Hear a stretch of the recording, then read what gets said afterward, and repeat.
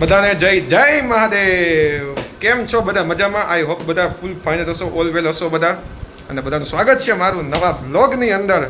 અને આજે વ્લોગ આવવામાં થોડુંક લેટ થઈ ગયું છે, કારણ કે આજે રવિવાર હતો ને થોડોક મોડો ઉઠ્યો છું, એના કારણે વ્લોગમાં થોડુંક લેટ થઈ ગયું છે.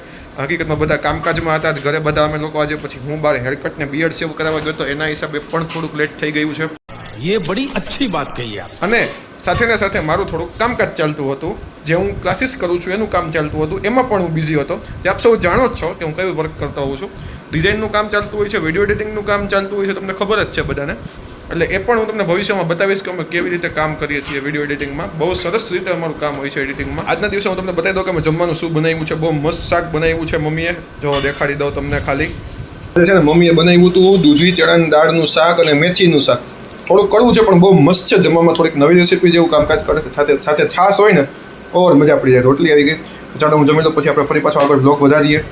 સો ગાઈઝ, હવે આપણે જમી લીધું છે, જમીને ઊભા પણ થઈ ગયા. મને એમ હતું કે શાક નહીં ભાવે, પણ હકીકતમાં ખબર નહીં કેમ ભાવી ગયું. એનો સ્વાદ આખો અલગ હતો. એનો સ્વાદ મજા આવે એવો સ્વાદ. તમે છે ને એને ઓમ શાક ખાશો ને તો નહીં મજા આવે, કારણ કે શાક હતું દૂધી ચણાની દાળનું શાક અને મેથીનું શાક હતું. તો એ તમને એમને નહીં ભાવે, એ તમારે રોટલી હારે કે એમ જ કંઈક ખાવું પડશે, બરોબર. અને આજ જો સવારે ઉઠીને સીધો મહાદેવના મંદિરે પણ વયો ગયો. આજ થોડુંક મોડું થયું છે તો ભગવાનને પણ થોડાક યાદ કરી લઈ, મોડા ભેગું મોડું.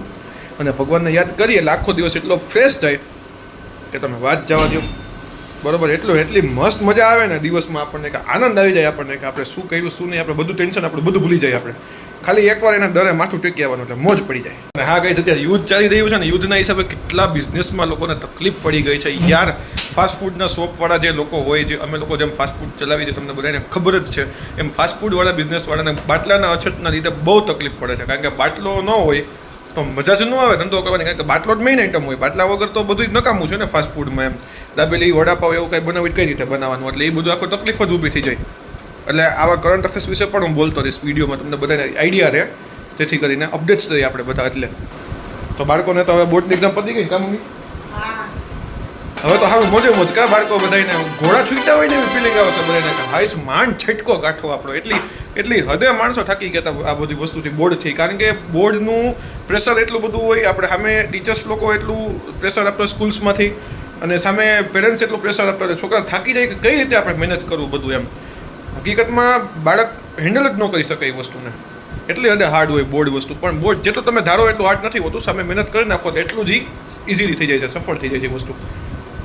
એટલે મહેનત કરવી ખૂબ જરૂરી છે એ બાબતે આપણે. થેન્ક યુ ગાઈઝ, આપ સૌનો વિડીયો જોવા માટે આભાર. આપ સૌનો અમારા વ્લોગમાં બનાવેલા રહેજો, કારણ કે આપણે આગળ જતાં ખૂબ વ્લોગ્સ બનાવવાના છીએ. આમાં જ આપણે જર્ની આગળ કરવાના છીએ.